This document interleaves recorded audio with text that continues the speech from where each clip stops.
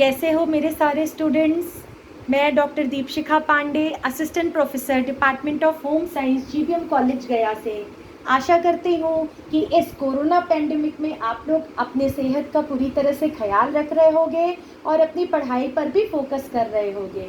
तो बच्चों, आज जो हम चैप्टर लेकर के आए हैं वो होम साइंस के स्टूडेंट्स के लिए है, जो कि चाइल्ड डेवलपमेंट पेपर से है, जिसमें आज का मेरा टॉपिक है बिहेवियर प्रॉब्लम्स ऑफ चिल्ड्रन, यानी कि बच्चों की व्यवहारात्मक समस्याएं कौन कौन सी होती हैं। तो हम लोग इस वीडियो पर बात करेंगे कि बच्चों की कौन कौन सी सामान्य जो व्यवहार संबंधी समस्याएं होती हैं वो कौन कौन सी होती हैं, उनके क्या कारण हैं और उनका उपचार किस प्रकार से किया जा सकता है। तो बच्चों, अगर हम इसके इंट्रोडक्शन पर बात कर लें तो सभी आप लोग जानते हैं कि जन्म के पश्चात जो है सभी प्राणी को एक नया वातावरण मिलता है, यानी ये कहें कि हर एक बच्चा एक नए एनवायरनमेंट में क्या होता है, जन्म लेता है। और हर एक बच्चे को जीवित रहने के लिए इस नए एनवायरनमेंट के साथ एडजस्टमेंट करना पड़ता है। और जैसे जैसे उसकी एज बढ़ती जाती है उसका जो इन्वायरमेंट होता है वो भी बढ़ता जाता है। तो बच्चों के ओवरऑल डेवलपमेंट के लिए ये आवश्यक होता है कि वो नए इन्वायरमेंट के साथ या वातावरण के साथ क्या करें, अपना समायोजन यानी कि एडजस्टमेंट स्थापित करें। ठीक है।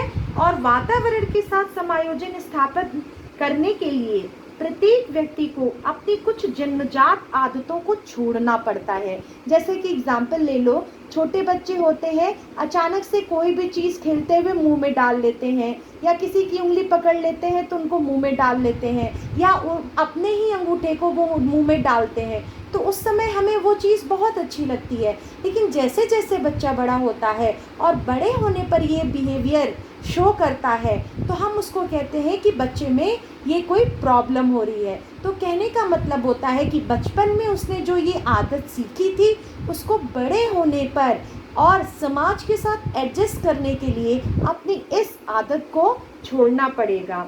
ठीक है।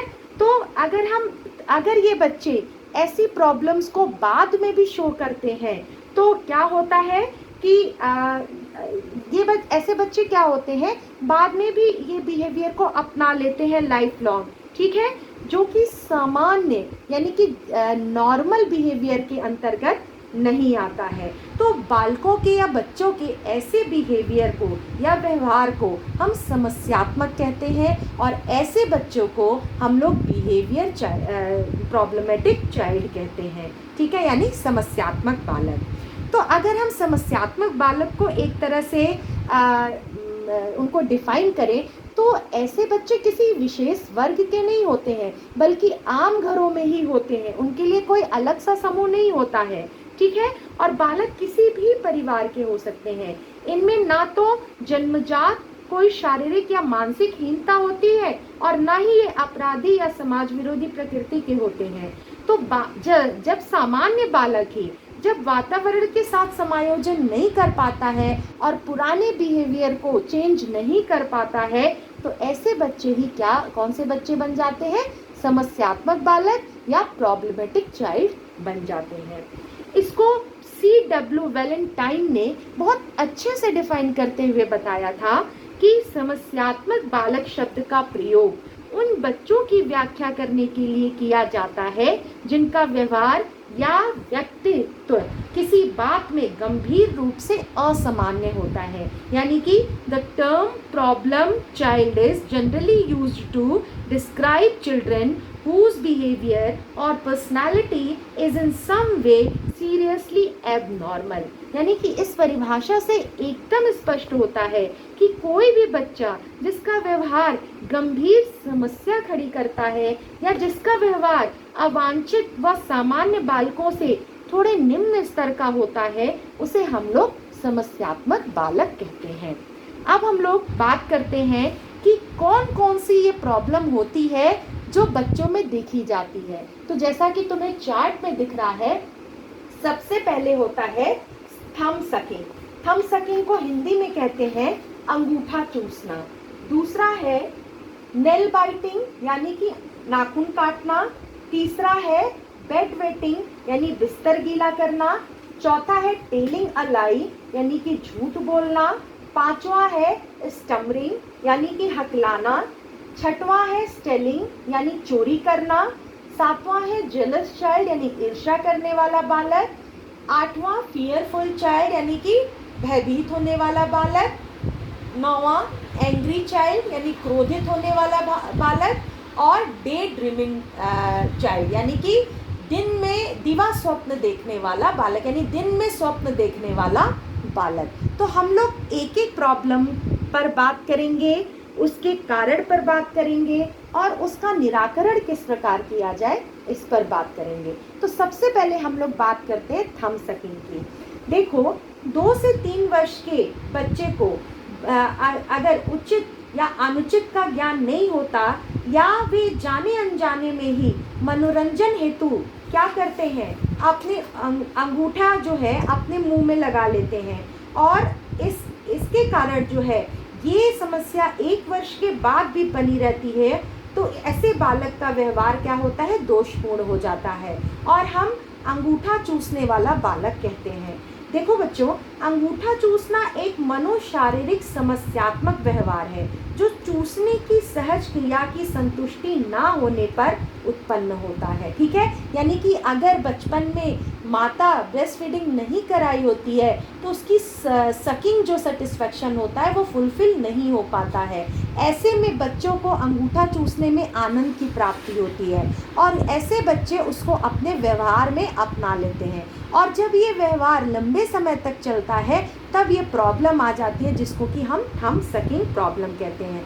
अब इसका क्या क्या कारण हो सकता है, तो ये पहला कारण हम ये देखते हैं कि जब कोई माँ अपने बच्चे को ब्रेस्ट फीडिंग नहीं कराती है या एकाएक किन्हीं कारणों से ब्रेस्ट फीडिंग बंद करा देती है और कटोरी चम्मच या गिलास से उसको दूध पिलाती है, तो जैसा कि मैंने अभी बताया कि उसकी जो सकिंग सेटिस्फेक्शन है वो पूरी नहीं हो पाती है और वो बच्चा अंगूठा चूसना शुरू कर देता है।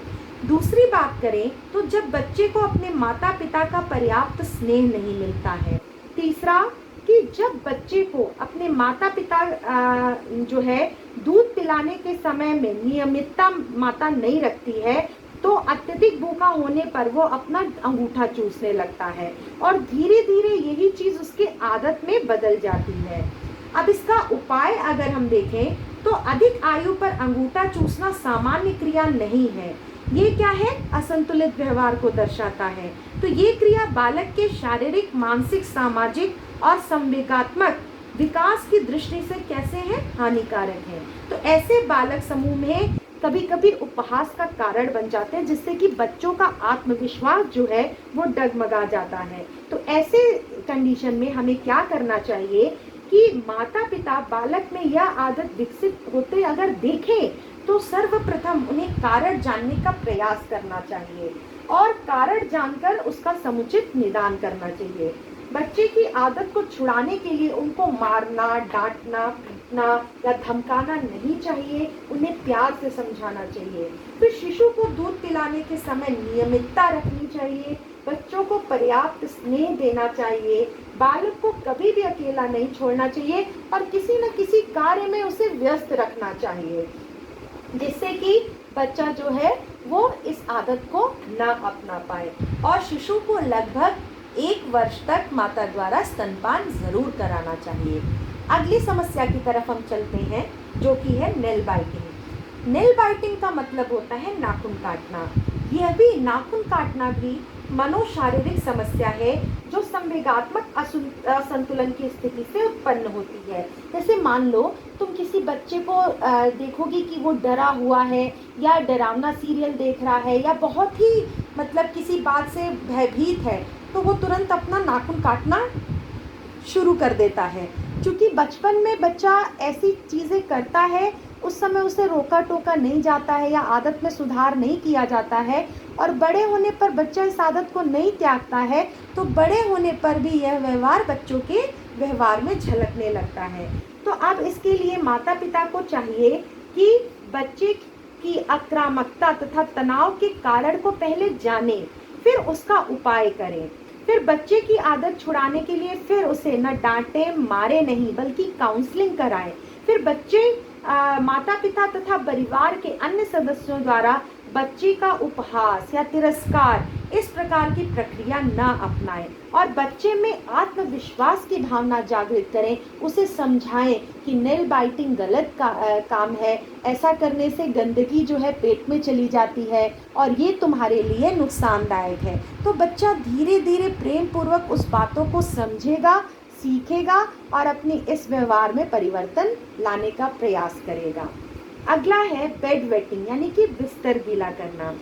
जन्म के बाद अगर ऐसे देखा जाए तो 1 वर्ष तक तो शिशुओं का जो भी टॉयलेट ट्रेनिंग जो है उन पर कंट्रोल नहीं होता है। अभी बच्चा टॉयलेट ट्रेनिंग पूरी तरह से नहीं सीखता है, इसलिए वो बिस्तर गीला करता है। लेकिन जैसे जैसे बड़ा होता है और ये व्यवहार बड़े होने पर भी अगर होता है तो हम लोग उसको प्रॉब्लम में लेते हैं, यानी कि बच्चे की ये व्यवहार संबंधी समस्या के अंतर्गत आता है। कभी कभी क्या होता है कि बच्चा नींद में डरावना सपना देखता है या उसे भय लगता है, तो ऐसे में भी वो बिस्तर गीला कर देता है। ठीक है, तो इनके कारणों को अगर देखा जाए तो बच्चों को अगर टॉयलेट ट्रेनिंग सही समय पे ना दिया जा रहा हो, सोने से पहले बच्चों को अगर टॉयलेट ना कराया जा रहा हो और पाचन क्रिया भी दोषपूर्ण होती है, अत्यधिक ठंड लग रही है या नाड़ी संस्थान के पूर्ण परिपक्व ना होने से, सोने से पहले अत्यधिक संवेगात्मक तनाव में होने से, परिवार में कोई अप्रत्याशित घटना अगर घट गई हो तो बच्चा उस घटना को अपने दिमाग में बैठा लेता है और डर से कभी कभी बेड वेटिंग हो जाती है। और बालक को कभी कभी जब बहुत ज़्यादा डांट दिया जाता है तो भी यह कंडीशन देखने को मिलती है। और एक कारण और है, गुर्दे में संक्रमण हो या कोई इंटरनल प्रॉब्लम हो तो भी बच्चों में ये समस्या देखने को मिलती है। अगर इसके निराकरण की बात करें तो बच्चों को किसी भी प्रकार की डरावनी कंडीशन में ना लाएं। बच्चों का हाथ पैर धुलवा करके टॉयलेट करवा करके सोने के लिए प्रेरित करें। बच्चों को टॉयलेट ट्रेनिंग 1 साल के पहले से शुरू कर दें और अगर बच्चे की ये समस्या हो तो उपहास न करें बल्कि एक काउंसलिंग करवाएं और बच्चे को की इस समस्या को दूर करने का प्रयास करें। अगला है टेलिंग अ लाई, झूठ बोलना। वैसे तो सारे बच्चे कुछ न कुछ कारणों से किसी संदर्भ में झूठ बोलते हैं, लेकिन जब ये झूठ बोलने की प्रक्रिया लंबे समय तक चलती है तो ये बच्चों के व्यवहार में शामिल हो जाता है।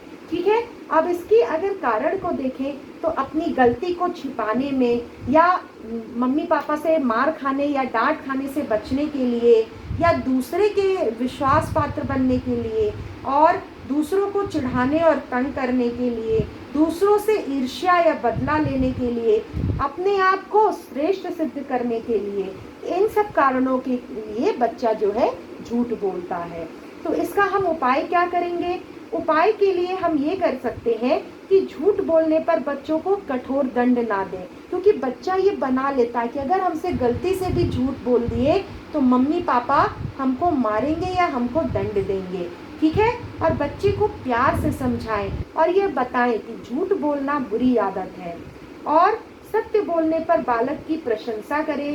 बालक को अच्छा साहित्य पढ़ने के लिए दें, अच्छी चीज़ें सीखने के लिए दें और झूठ बोलने की प्रवृत्ति अगर गहरी हो गई है तो काउंसलर से या किसी मनोचिकित्सक से सलाह अवश्य ले लें। अगला है स्टमरिंग। इस स्टमरिंग को कहते हैं हकलाना। प्रारंभ में बच्चे इसे जब करते हैं तो हम लोग जो है खूब खुश होते हैं और कहते हैं अरे मेरा बाबू कितना अच्छा बोल रहा है। लेकिन बाद में जब यही समस्या हकलाने की आगे चल कर के भी बनी रहती है तब ये बच्चे के व्यवहार में शामिल हो जाती है और इस कारण आगे चलकर बच्चा बहुत ही उदास और जो है उसके अंदर आत्मविश्वास की कमी आने लगती है। ठीक है, ऐसी कंडीशन में क्या होता है कि वाक शक्ति का पूर्ण विकास होने के कारण बालक अस्पष्ट उच्चारण करता है या धीरे धीरे आयु बढ़ने के साथ साथ स्पष्ट उच्चारण करना सीख जाता है। लेकिन जब बालक ज़्यादा उम्र का हो जाता है और वह फिर भी अटक अटक कर बोलता है, तो उसे हम लोग क्या कहते हैं, हकलाना कहते हैं। जैसे इसके कई कारण हो सकते हैं, असुरक्षा या हीन भावना, स्नायु संस्थान में विकृति, मंद बुद्धि, अत्यधिक उत्तेजना, अचानक भयभीत होना, अंतःस्रावी ग्रंथियों की क्रियाशीलता कम या अधिक होना, या बार बार किसी की नकल उतारना। तो हम इसका उपाय क्या कर सकते हैं? हकलाने पर बालक का कभी भी हमें उपहास नहीं करना चाहिए। बच्चे में आत्मविश्वास और सुरक्षा की भावना पैदा करनी चाहिए और उसे निरंतर सीखने के लिए प्रोत्साहित करना चाहिए। और खाली समय में बच्चे से अखबार या पाठ्य पुस्तक को बार बार पढ़वाना चाहिए। और अगर मानसिक विकृति ठीक ना हो रही हो तो आप ये भी कर सकते हैं कि बच्चे को मनोचिकित्सक से या काउंसलर से ट्रीटमेंट के लिए ले जा सकते हैं। अगला है स्टेलिंग, यानी कि चोरी करना। बचपन में क्या होता है, बच्चे छोटी मोटी चीज़ें चुरा लेते हैं पर हम उनका बुरा नहीं मानते हैं, माता पिता भी इसको उपहास में उड़ा देते हैं।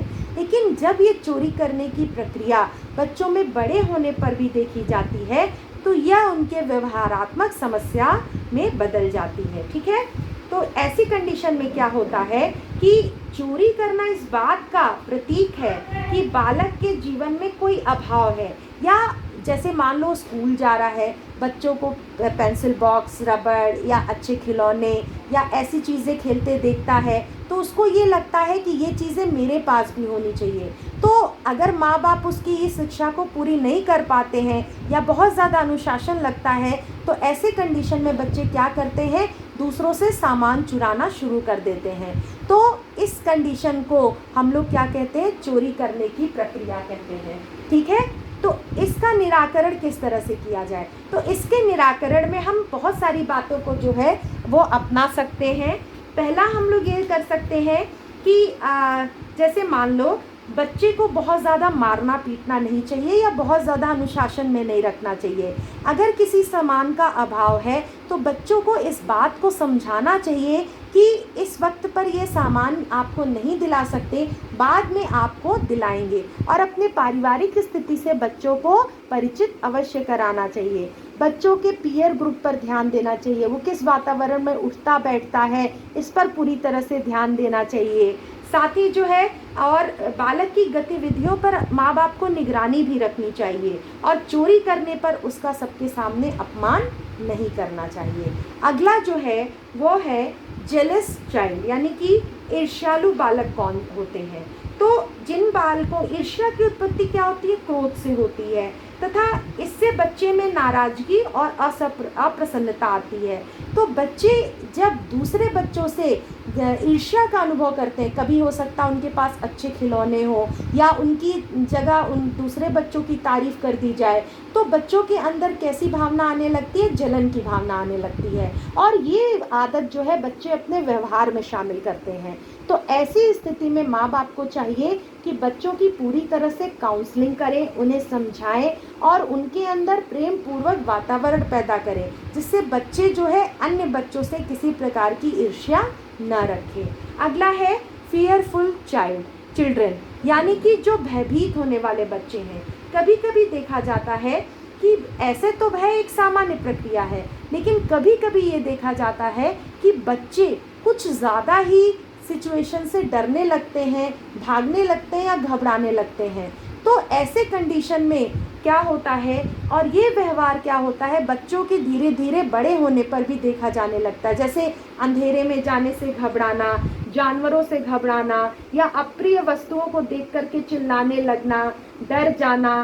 तो ऐसी समस्या जो है इनको दूर करने के लिए क्या हमें करना चाहिए कि ऐसे बच्चों में आत्मविश्वास की कमी होती है, तो इस आत्मविश्वास को बढ़ाने के लिए प्रेरित करना चाहिए। कठोर नियंत्रण नहीं रखा जाना चाहिए और जिस परिस्थिति से बालक डरता है उस परिस्थिति से परिचित कराना चाहिए और उस परिस्थिति में बच्चे को ला करके समझाना चाहिए कि हम माँ बाप या परिवार आपके साथ है, इसमें डरने की कोई आवश्यकता नहीं है। और माता पिता अपना भय बच्चे के सामने कभी भी प्रकट ना करें। अगला है एंग्री चाइल्ड। एंग्री चाइल्ड का मतलब होता है क्रोधित बालक।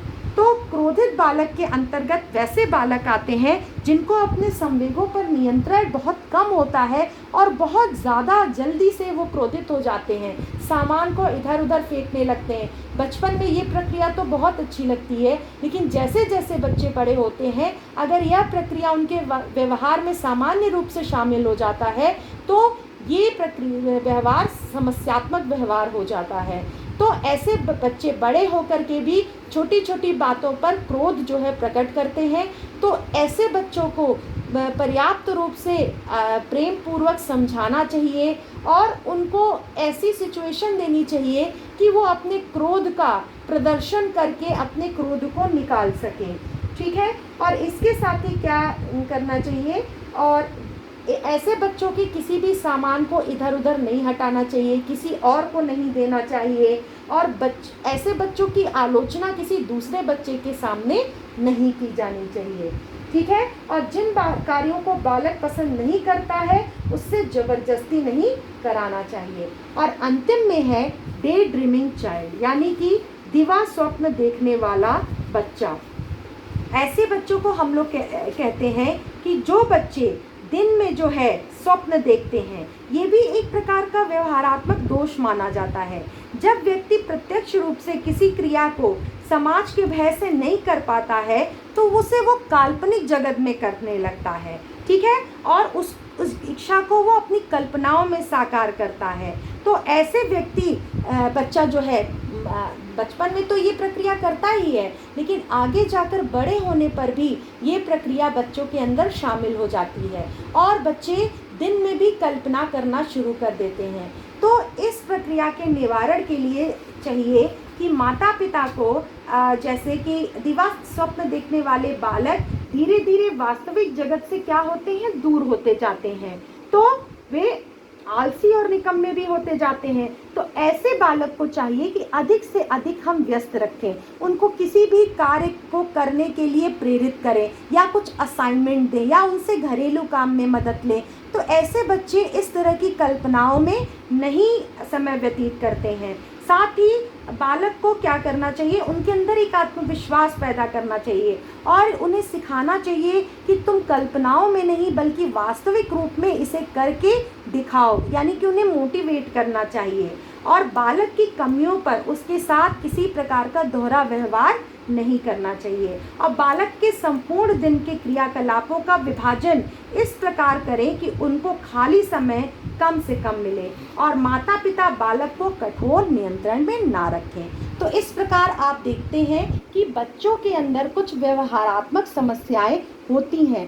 पहले तो ये प्रारंभ में ये बच्चों में जो है वो सामान्य क्रिया के रूप में प्रकट होती हैं और जिसे देख करके हमें प्रसन्नता भी होती है, लेकिन जब यही सामान्य प्रक्रियाएं बच्चे जैसे जैसे बड़े होते हैं उन्हें त्यागते नहीं हैं और समाज के साथ समायोजन नहीं करते हैं, तो ऐसी स्थिति में यही जो प्रक्रियाएं सामान्य रूप में थी आगे चलकर समस्यात्मक बन जाती हैं और ऐसे बच्चे समस्यात्मक बच्चे बन जाते हैं, जिसको एक बार हम समराइज़ कर देते हैं, जिसमें अंगूठा चूसना, नाखून काटना, बिस्तर गीला करना, झूठ बोलना, हकलाना, चोरी करने वाले बालक, ईर्ष्यालु बालक, भयभीत बालक, क्रोधित बालक और दिवा स्वप्न करने वाले बालक आते हैं, जिनका मैंने कारण और उपचार भी आपको बताया। आई होप कि आपको ये टॉपिक समझ में आया होगा। ऐसी कंडीशन में आप अपना पूरा ध्यान रखिए, स्वस्थ रहिए और अपनी पढ़ाई पर भी फोकस करिए।